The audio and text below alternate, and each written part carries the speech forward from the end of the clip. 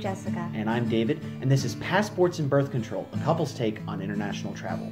So today we're going to be talking about maybe my absolute favorite city. It kind of waffles between London and Istanbul and maybe even Hong Kong a little bit, or at least old Hong Kong, is my absolute favorite cities in the world to be.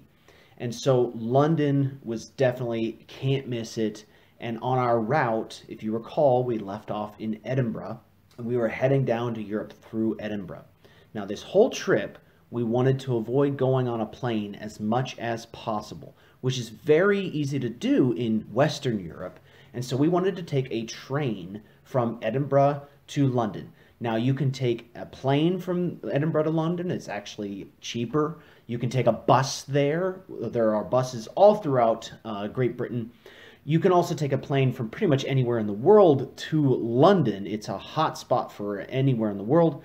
But we took a train from Edinburgh to London, and it was gorgeous, picturesque. You know, you take this train route through rocky coastland, you know, the area that train in Harry Potter was going through. You could maybe close your eyes and imagine you were on your way to Hogwarts at some point in time. Which is kind of what we did, actually. We took the very train that Harry and Co. take from London to Hogwarts in reverse. So we arrived at King's Cross Station. Not platform 9 3/4. We arrived at just a regular old platform. Right. But we did arrive at King's Cross Station, the iconic, absolutely beautiful, amazing architecture. And there is a platform 9 3/4 there. So, of course, being the massive geeks we are, in this regard, me more than David. I indulged her waiting in line for about 45 minutes so that we could take pictures going, because there's not actually a platform 9 3/4. Because, of course, there isn't. There's a platform 9 and a platform 10, but that's actually in the international section of the station. You're not allowed in there unless you have a ticket. So they set it up in the domestic so that more people can access it. What they did is they just hung a sign on the wall, is what they did. And so there's this sign on the brick wall that says platform 9 3/4 this way. But it's set up with a trolley and memorabilia, and it's a great little tourist spot. So if you like Harry Potter, it's a great thing to do. It's a lot of fun. We took photos, we did the wand shop. It was very, very, very cool. So after waiting 45... Unfortunately, I had some issues with my phone and the photos got deleted. So after waiting for 45 minutes to get our pictures taken, the next day she wakes up and says, "Honey, I accidentally deleted those photos. We have to go back." So I have the best husband in the world. We took the photos twice. Yes, he went back just to indulge me. So this is what traveling as a couple is. You take care of each other. You accidentally forget to delete the photos that you spent it. So it ended up being twice as long, but okay, well, we got the silly photos taken care of. They're cute. It's a fun thing to do. The good thing about it is it's free. It is free, and it's a lot of fun. So if you are a geek and if you are a Potterhead, I recommend it. Now, after our first foray into platform 9 3/4, we went to our hotel. Now, we stayed in a boutique hotel because we were there for a little longer. We were there about 5 days, and we wanted something a little more comfortable. So it was a little bit more expensive than your average hostel, but not enough to justify the diminished experience. Right. You can stay at many of these similar boutique hotels. They're all over the city. You can stay at a hostel. They're also all over the city, and they're very nice. Some people like to stay at Airbnbs in London. It's a great option to stay in an Airbnb. I would avoid just your typical regular hotels, though. I really would. There's no reason. You don't want to stay in a hotel. You want to leave your hotel. London is such a traveler's hub. You can go and spend $10 a night, or you can spend $1,000 a night. And London, being the cultural hub of the world the way it is, can accommodate whatever sort of lodgings you prefer. And I would prefer just going to a small hostel. The first time I went to London as a student, I studied abroad there, I ended up at the International Students House, or ISH. This is right in the middle of central London. It's the cheapest, nicest hostel I ever stayed at, and it exclusively caters to international students. You have to actually show an international student ID card. So if you are in college and if you happen to be traveling internationally, show your student ID card at ISH, the International Students House. It's my preferred hostel in London if you are of college age. I don't think I'm allowed in there anymore. But for those of you looking for absolutely affordable accommodations, you can find students who are students. You can stay at ISH, and there's many boutique hotels and hostels throughout the city.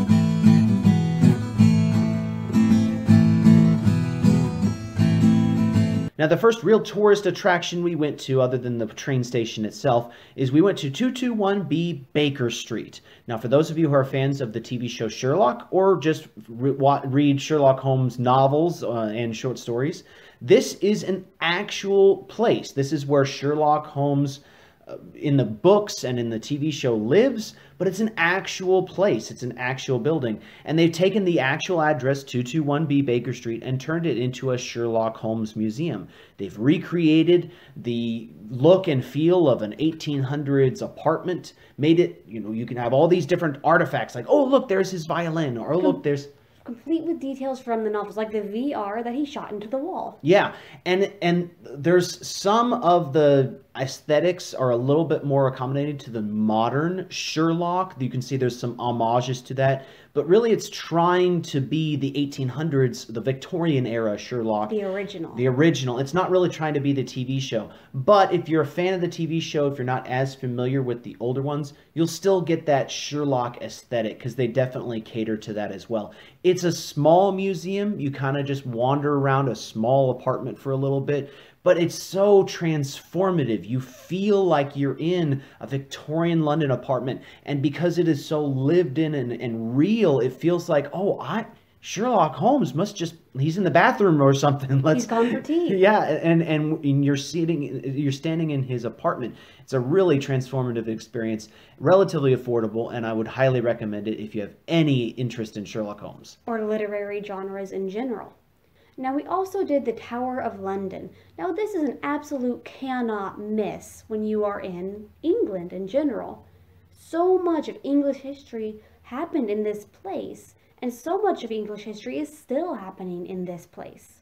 Yeah, it's still an active military site. It's still an active part of the British monarchy. It goes all the way back to the Norman conquest. The Normans built this essentially impregnable fortress, like plopping down a Death Star in the middle of England, saying, we own this place. This is an impregnable fortress. The Normans are here to stay. This is royal authority. And so it has ever since then been a place of royal authority. Then where the royal prisoners have been kept. Kings and queens were kept there. Some of the queens were executed there. Anne Boleyn, Catherine Howard, some of these very famous names you know from pop culture and history and all these wonderful references. Now, part of the Tower of London is the legend of the ravens, that if the ravens ever leave the Tower of London, the monarchy will fall. So you see these ravens, they're hanging around the tower grounds. They're huge and they're everywhere, and they are actually very friendly as far as wild birds go. You shouldn't feed them, though. You're not allowed to feed them. They take care of that themselves.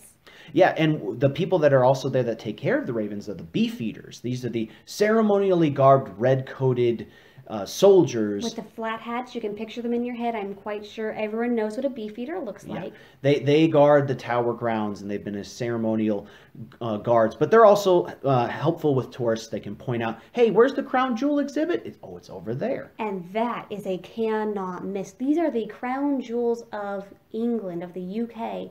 Perhaps the most famous crown jewels in the world. Not the oldest, but one of the most famous. You can see the scepter that's got a giant diamond on it, the ceremonial crown that is only used to actually crown the monarch. Remember the stone of scone, the stone of destiny? When the next king or queen is crowned, they will sit on the stone of destiny or stone of scone, sit on a ceremonial chair, and then that crown will be placed on their head, and that means that they are... scepter and orb in their hands. Scepter and orb in their hand, which are also on exhibit, and they are the British monarch.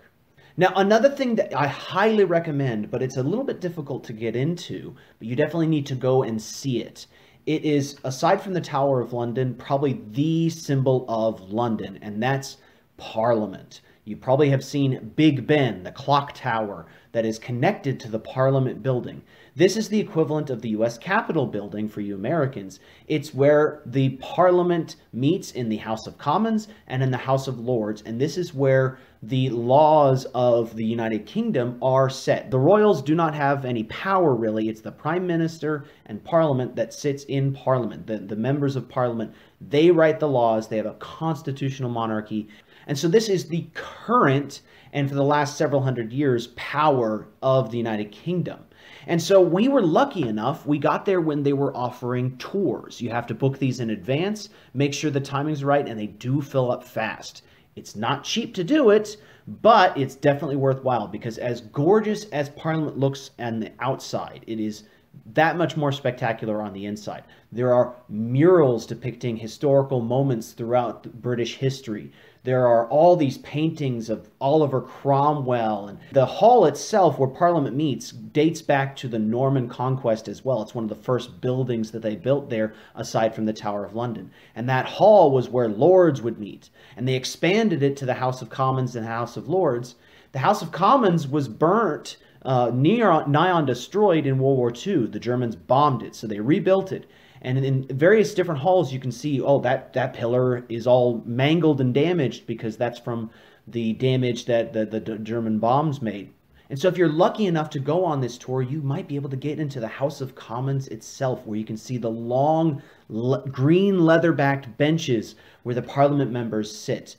And there's the place where the Prime Minister stands, and Boris Johnson and all them that get to make their famous speeches. And so it's a really interesting tour to be able to see lots of history, lots of beauty in it as well. Now again, these are not always available. So in general, especially with the pandemic on, before you book anything, do your research. Make sure the sites you want to see are open and available and that you don't need proof of vaccination or to wear a mask. Do your research before you go. Make sure what you want is available.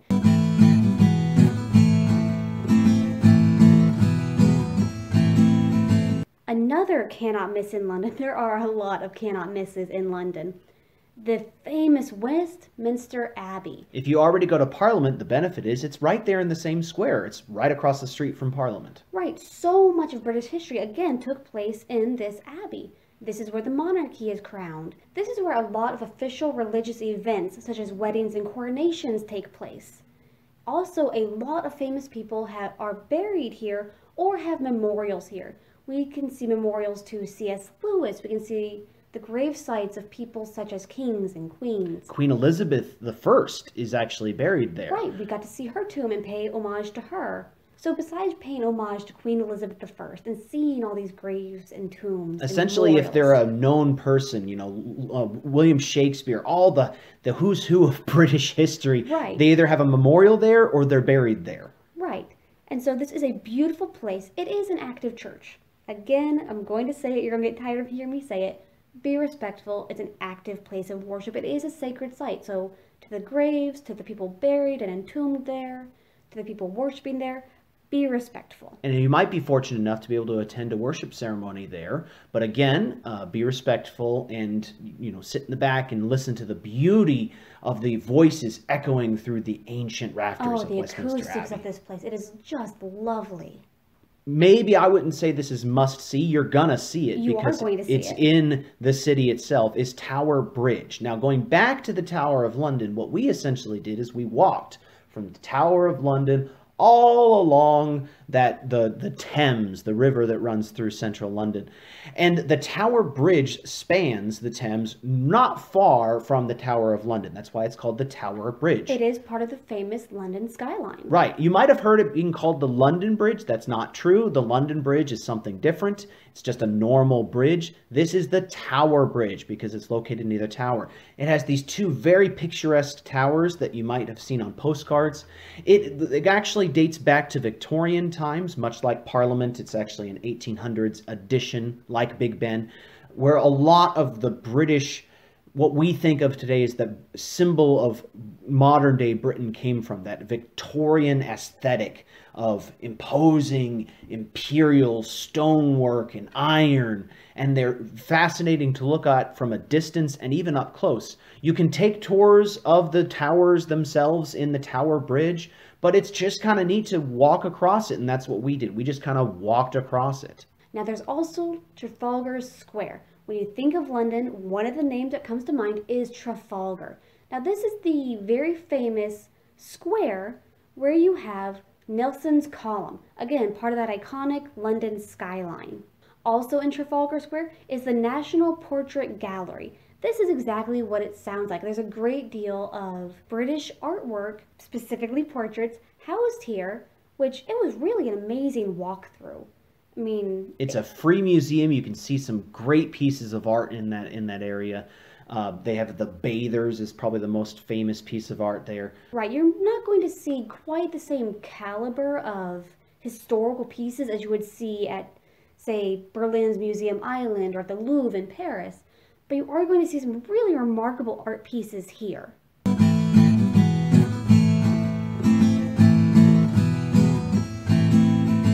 So on this long walk we took from the Tower of London, crossing the Tower Bridge, going into Trafalgar Square, our legs were very tired at this We point. walked a lot. Definitely get your steps in before you embark on this trip. Yeah. You will want the endurance. London is such a great walking city. Oh, it is. Well, we walked to this area near Trafalgar Square where we were like, let's get some dinner. Surely we'll find a good meat pie place to get dinner. I thought, let's get some meat pies. That's sort of a cliched sort of go-to dish when you're in London. But it's cliched for a reason. They're delicious. So we found this place called the Smithwick's Restaurant. If you're familiar with Smithwick's beer, it seemed to be a themed restaurant for Smithwick's beer, and they advertised meat pies. So we go up to we had this great old-fashioned, you could just see the nicotine stains in the walls. Big wooden booths. Yeah, just very old-fashioned, you know, almost like a hunter's lodge type You're aesthetic. transported back into time. Yeah. So I get a steak pie. I get a kidney and blood pie. Both of them were phenomenal. We had a nice thick Smithwick's to go with it. Oh man, so good. One interesting encounter though, while we were there, we seemed to be the only group of people other than this other table with young college-aged men.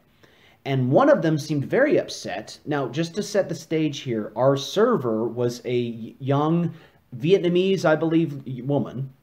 Very sweet lady. Very sweet lady, and she was a bit overworked, it looked like. And this Draco Malfoy-looking guy, he looked like Boris Johnson in college.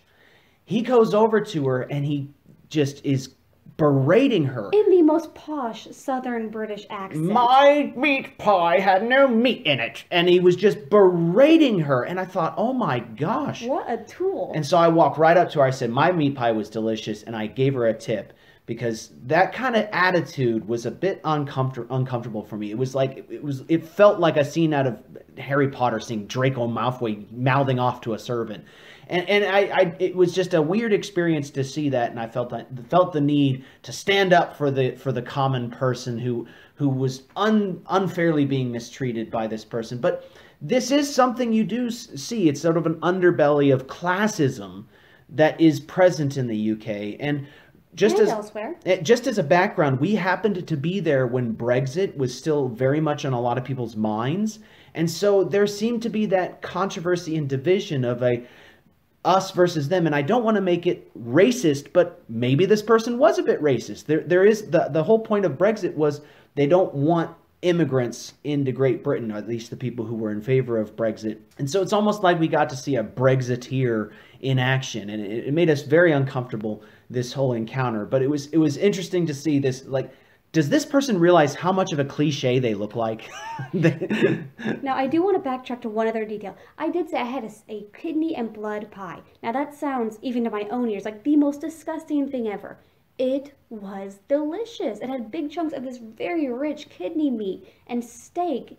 And the blood, it's actually like a blood soot. It's like a gravy. Right, a gravy made from, not to be gross here, beef blood. And it sounds like the type of thing I would normally not touch with a 30-foot pole. Guys, I cannot recommend it highly enough. So if you see a group of young men wearing stiffened clothes and stiff collars, and they all happen to be white, they might not be the best people to be around when you're having your nice meat pie, but Get your meat pie. It's still worthwhile to go to.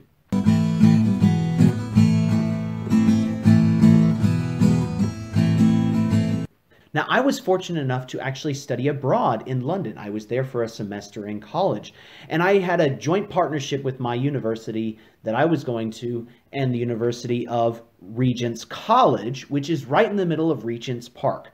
So we actually went to Regents Park to allow me to relive my glory days of college. And to show me the things that he loved in London before we met. So I happened to be in London for 3 months. I sort of knew what to go to, and I'd actually been to the Tower of London before, so I got to show Jessica around to some of these places. But it was also nice to refresh myself because we were there in kind of the summer and spring, and I was there in the fall before, so I got to see London with a different perspective. But just a few things that I did that I told Jessica we should probably not do. Do not go to Madame Tussauds and do not do the London Eye. I don't want to disparage them too much, but they're extremely expensive, and Madame Tussauds is really just a nice wax museum. So unless you're celebrity obsessed, it's something you can skip. We walked past, we saw the outside, we saw the London Eye. We didn't go in, we didn't ride. But they were worth seeing, even though we didn't do them. The London Eye is this enormous Ferris wheel, and it takes you up very slowly and allows you to see the skyline. It's a great view, but if you're not scared of heights. If you are scared of heights, it's definitely something to skip. But it's extremely expensive and not worth it in my mind. But if you really want to do it, go for it. You'll get a nice view. You get some nice pictures. But in my mind, something you can skip. One thing, however, that Jessica was forced to skip that she didn't want to, going back to that timing things, I happened to be there in the fall when Buckingham Palace allowed tours. Because the Queen is not typically in residence then. When the Queen is in residence, you are not permitted to enter Buckingham Palace. And they don't always offer tours anyways. So when Jessica and I were there, we couldn't go inside Buckingham Palace. I happened to be able to do that. And so me and a group of friends, we toured Buckingham Palace. We got to see the sort of the throne room, as it were, that they have. It's not as, grandiose or Lord of the Rings as you might think. It's really just a room with red carpet, and there's a chair there. Because it's, royalty is not what it once was. It's more ceremonial, there for pictures. So it's not quite as grandiose in my mind as a place like Parliament. But you still see a lot of history. You get to see all this artwork and everything. So don't expect it to look exactly like it is in like the Netflix show The Crown. But it's somewhat like that. You get to see a glimpse of that. Yes, keep rubbing salt in the wound. Yeah, you have to definitely be careful about the timing because it's not always open. This is why you do your research. Now, part of London's amazing history, England's amazing history, is the literary history. And the greatest of English literature, William Shakespeare. Now, the Globe Theatre is right on the banks of the Thames, right where it was originally built in the 1600s. Now, this is a reconstruction, but it's a beautiful, well-done reconstruction that does actual plays today. And in fact, we got to go and see a play there. We did The Spirit of the 1600s. We got the cheap standing room seats right in front of the stage, and we got to see Taming of the Shrew. So this theater does not have seating on the floor. It is just a vacant space on the floor. A big open lot. Just like it was in Elizabethan times, you can stand there, and the best place to stand is up against the stage because you can lean on the stage because your feet might get tired standing for an hour or 2 hours, or sometimes even 3 hours if the show's that long. You can pay extra to stay in the gallery, in the ring of stands. But you really get a better view standing as they did in the Elizabethan era. And they're cheaper seats. They are cheaper seats. Cheaper standing area. Yes. Now, like I said, we got to see Taming of the Shrew. Now, by modern standards, this is a very problematic, very sexist play. And they did an amazing job with it. They twisted it around and made it sort of a commentary on sexism. Right, and they very much empowered the character of Catherine. And just the way they did it, and the way they made this woman seem wronged. When William Shakespeare wrote it, it was presented that the way she was treated was right, in the proper order, and how things should be done. And this very much presented it as, this is not okay. This woman has been wronged. And it was just such an amazingly well done, well acted, well performed play. It was absolutely a cannot miss experience. Right. You can go to the Globe and see those extremely traditional Shakespearean productions, but they also have modern versions. So if you're a fan of theater, you can find anything at the Globe. When it comes to Shakespeare, that is. Now, what's wonderful, they didn't change a single word. Right, so they still show the same play, they just changed the aesthetic of it. And it works. It is such an experience. Now, that's not the only theater in London by far. The West End theater scene is world famous and potentially a rival to Broadway in terms... At very least a counterpoint. At least a counterpoint. So many plays are produced there. You can actually see some famous people. I was fortunate enough to be able to see a play with Kevin Spacey back before before, Kevin Spacey was not someone you wanted to see. Before we met, and I got to see a play with Cole Meany in it, and it was just a phenomenal showcase.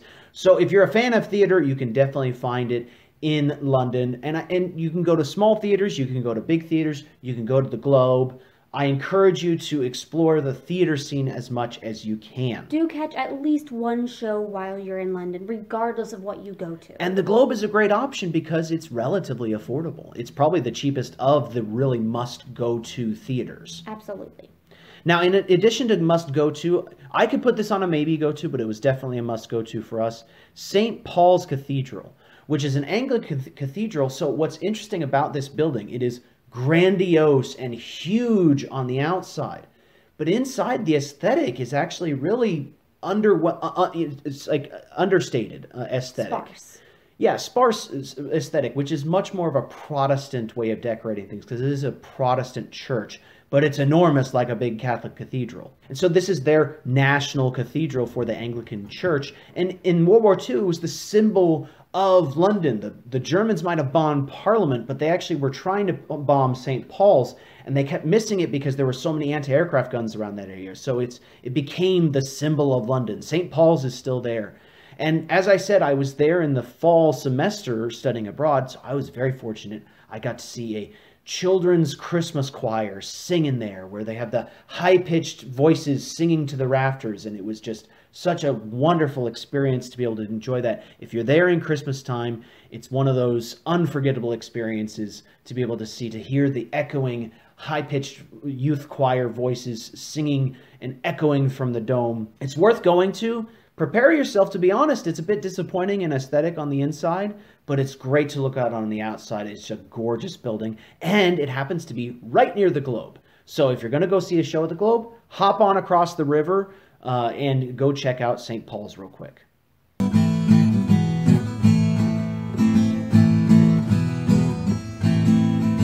Another thing you want to see in London, and this is just a general thing, go into a pub. Check out the pub scene. The pub scene in London is unmatched. Except for maybe Dublin. Right. So go into a pub, hang out and find out what this pub scene is all about. Get a pint. I'm not going to really give you a specific one to go into. They're all amazing. They're not all amazing. They're not all amazing. But any regular pub, and you'll find some great camaraderie and some great aesthetics and probably some great beer too. Oh, yeah. We unfortunately went to a pub when the Champions League Championship was playing, and I didn't know it at the time, and I'm not really a soccer fan, so I went up to the pub and noticed it was so packed, and we just wanted some dinner. To the gills. And I asked, "Oh, what game is on?" The bartender looked at me like, "Oh my gosh, you're such a freaking tourist." Come to find out, this is the equivalent of the Super Bowl. Yeah, so just be, it was it was an embarrassing moment. Now, one of the things that we did miss, David, when we were booking this trip, David bragged endlessly on this museum, talked about how much he wanted to take me there, the Imperial War Museum. Now, he and I, in addition to being geeks, are kind of history buffs. And so this is so far up David's alley that I can't even explain it. But London, as you can tell by this episode, is so jam-packed with things to do, it completely slipped our minds until we were on our way out of London. We ran out of time. We couldn't go to the Imperial War Museum. You could spend all day in this museum and you would enjoy it. I think what happened is we decided let's go to the British Museum instead. Right. We went to the British Museum, and if I'm going to be completely honest, I think it was the right call. The British Museum has the Rosetta Stone in it. Yes, we couldn't miss that. Ancient Egyptian artifacts. And it is a bit controversial because should the British have these artifacts? Should the British they even have a reproduction of the Parthenon from Athens in the British Museum. And even the Greeks are saying, hey, you should give that back. So if you want to see some Greek temples recreated, if you want to see some mummies, if you want to see some Assyrian tablets, it's the rival to the Louvre in terms of its historical artifacts. The Louvre has a lot more artwork, sure, but this has some very significant pieces of history, and it's definitely a must-see when you're in London. Especially if you're a history buff. Now, other museums are things like the Victoria and Albert Museum, which you can hop in there. There's a lot of interesting artwork and historical artifacts in there. The British Imperial War Museum, obviously a place to go to. But the great thing about London is you never run out of things to do. Oh, it's never off our list because there is so much there besides the Imperial War Museum that we want to go back and see and do. Things we haven't done before. And yes, honestly, things that we have done before that we would love to do again. And even living there for the entire fall semester, one of my favorite things to do was to just hang out in London. It's such a walkable city, but it's a very big city. So don't be intimidated by that. It has the best subway system in the world. I like to sort of quick judge cities based on the capabilities and quality of their subways. For instance, Kyiv had a surprisingly good subway, and Paris had a surprisingly terrible bad subway. Now, honestly, the very, very first thing we did on arrival into London was stop in the station and get our Oyster card. Right, so get your Oyster card. You can get a day pass, you can get a week pass, or you can just pay as you go. The Oyster card makes the tube less expensive. So get one of those real quick rather than paying ticket to ticket. Get an Oyster card, which is essentially like a little credit card. You can put money on it, and so every time you go on the subway, you use that, and it gives you a big discount compared to just buying a ticket every time you go in. Get your Oyster card. The tube is clean.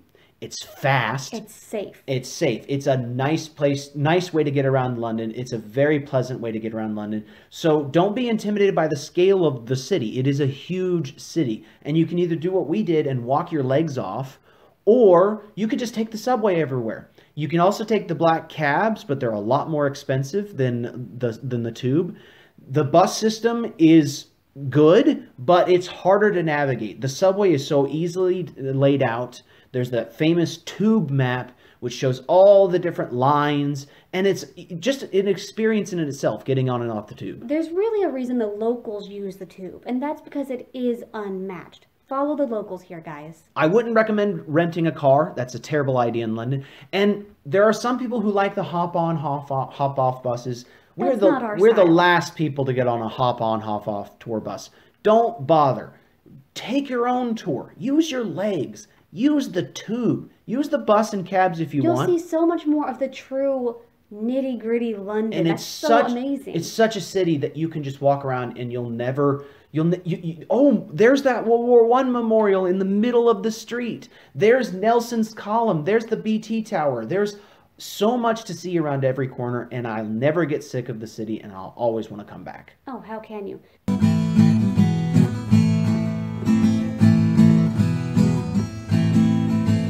Now, we're going to give you a quick rundown of our absolute favorite things that we got to eat, drink, and do in London. This is our new segment on our show. We're going to try and do this with every city from now on. We're going to call it Our Favorites. So we'll start off with our favorite food that we had while we were in London. And I will go first. Now, we haven't covered this yet, but London is actually famous for its Indian food. Curry is actually the national dish of the United Kingdom.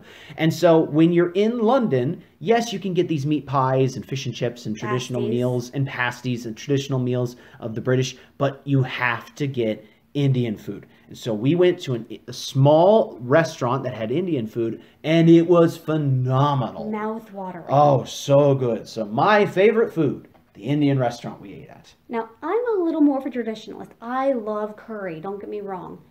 But those fish and chips, when they were served served in a basket lined with a piece of paper. And this is going to sound so unappetizing. You pour some malt vinegar on that fish. You pick it up. There is a grease spot that is soaked all the way through that paper, made it as transparent as glass. And it's the best fried fish you've ever put in your mouth. Where we got this was a pub right off of Trafalgar Square called the Silver Cross. The Silver Cross. And that leads to my best drink. The best drink I had, my favorite drink in all of London, was a pint of any kind really, but the pint of bitter I had at the Silver Cross was my absolute best drink we had while we were in London. Thick, malty, and they pour it out. So the British beers, you've heard this cliche of it being warm beer. Well, that's not true. It's just not freezing cold. Traditionally, a British pint is going to be poured out of a cask that is not carbonated like most of the kegs that we have in America. It has a giant wooden handle, and it needs to be pumped. And so it's less carbonated and less freezing cold. It is still cold, and it is still carbonated, but it's thicker, it's more flavorful, it's more bitter, And at the Silver Cross, they do it great. So have a pint at the Silver Cross and make sure it's one of the big handled ones. Now, another drink that, in my opinion, because this was my favorite, you can't miss, the gin cocktail. Specifically, gin and tonic. This is such a classic, well-known British drink. British gin, tonic water, nice, bitter, herbal, refreshing. Go for a gin and tonic. That leads us to our favorite thing about London. So what was your favorite thing about London? Oh, for me, hands down, Taming of the Shrew at the Globe. Getting to stand there in the cheap seats and see this performance standing at the actor's feet. It was just such a wonderful experience. I still dream about it. It's a wonderful thing. I think my favorite thing, you probably have heard through the tone of my voice, Parliament. I never get sick of Parliament. I used to, when I was there studying abroad, I would hop on the subway, get off at the Westminster stop, and just look at Parliament, hang out in Parliament Square. I'd grab a book and I'd study, or I'd just hang out and read at a park bench, looking at Big Ben, looking at Parliament, going inside it, or just looking at it. It's just such a wonderful thing to be able to do. My absolute favorite. But again, I will never run out of things to do in London. How can you? And I will always want to go back.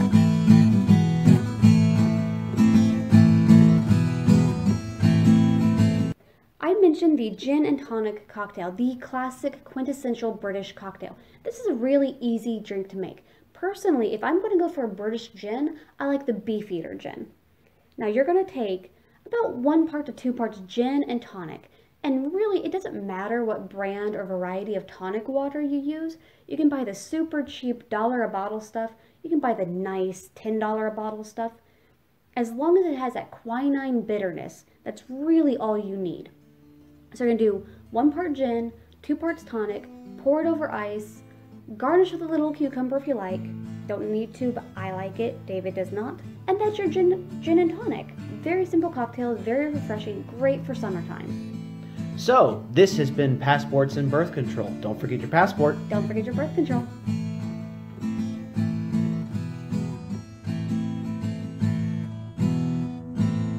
Like Passports and Birth Control? Give us a review and follow us on Instagram. Tell us in the comments where you'd like us to go next and support us on Patreon. Your support will send us more places and help us create more episodes.